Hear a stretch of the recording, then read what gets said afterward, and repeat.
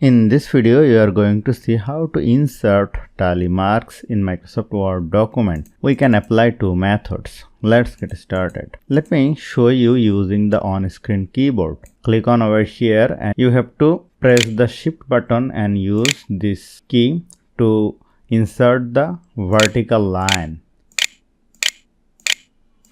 Now let me select this 4. Go to over here and select the option streak through. There is another option.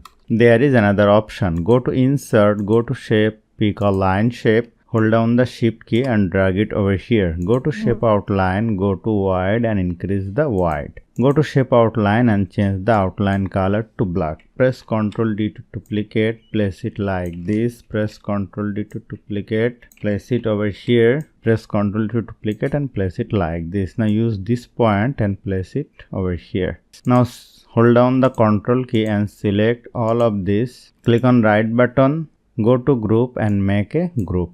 Now you can move it or keep it anywhere in your Word document. So hope you found this video helpful. If you like this video, please share this video with your friends and family. And don't forget to subscribe. Thank you.